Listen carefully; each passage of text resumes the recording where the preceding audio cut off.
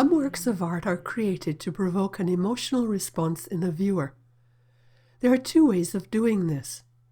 First, the artist chooses an image or story whose content is emotionally charged, like the Lamentation. Lamentation is called Pietà in Italian and Threnos in Greek. The Lamentation is about a mother mourning her dead adult son. The mother is Mary, the son is Christ. Christ's body has been taken down from the cross and given to his mother for her final farewell. This takes place on Good Friday and leads up to Easter Sunday. The Lamentation is not described in the Gospels. It does not appear in the earliest examples of Christian art, but becomes popular by the 12th century, especially in Byzantine art. Byzantine art is art produced in the Byzantine Empire between the 4th and the 15th century. The Byzantine Empire was centered on the city of Constantinople. One of the earliest painted Lamentations is on the north wall in the church of Saint Panteleimon at Nerezi in North Macedonia. An inscription in Greek just inside the entrance says the church was dedicated in 1164.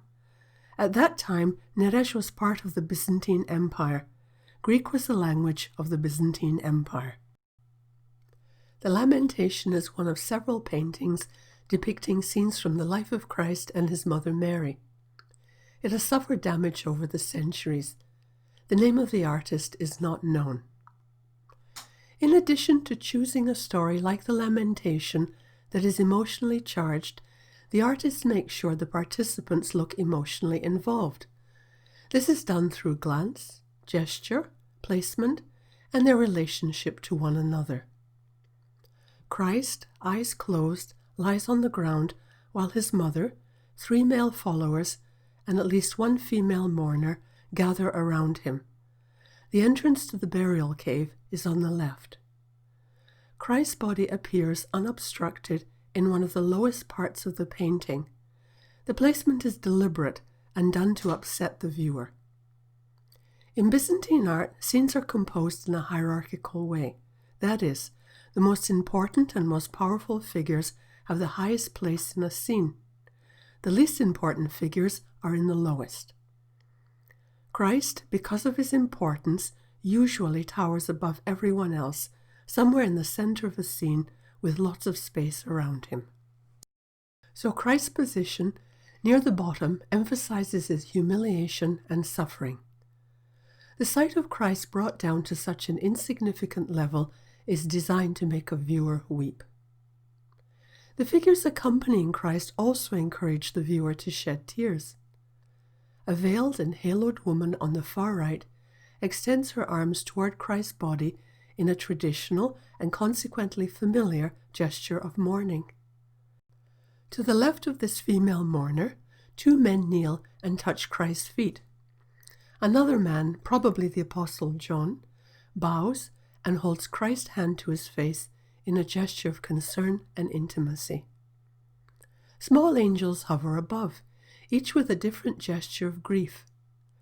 Having both males and females, mortals and immortals, unite in mourning inspires viewers to join in. The face of Mary is a study in maternal grief. Long dark triangles on her cheeks indicate the tracks of her tears. Her forehead is sharply furrowed and her mouth twisted. The artist brings her face as close as possible to Christ's face, showing how heartbreakingly intense this final moment is between a mother and her son. Mary embraces Christ. She brings one arm behind his neck and around the front. Her other arm is drawn across his chest in a firm and protective gesture. Mary is the mourning mother beloved of Byzantine artists and hymnographers. In a 6th century hymn composed in Constantinople, Mary calls herself the ewe mourning her lamb.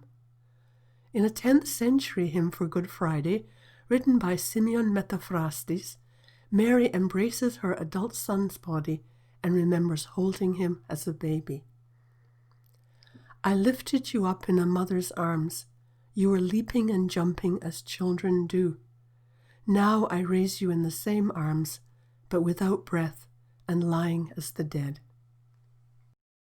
The Lamentation evokes similar connections between the dead adult Christ and the newborn baby. To the Byzantine viewer, Mary the mourner touching the face of the dead Christ recalls Mary the new mother placing her face next to her child's.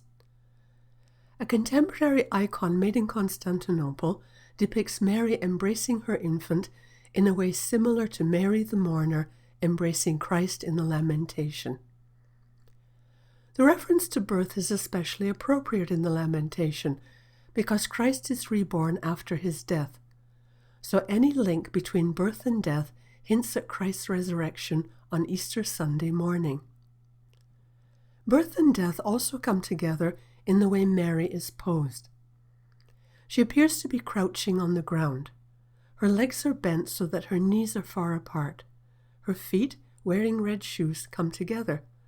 Christ's body seems to be placed not so much on her lap as between her legs. Mary resembles a woman giving birth. As the mother who has given birth, Mary is now the receiver of the dead. Her womb is a tomb. This concept has ancient sources and goes back to similar birth and death roles played by many pre-Christian Mother Earth goddesses.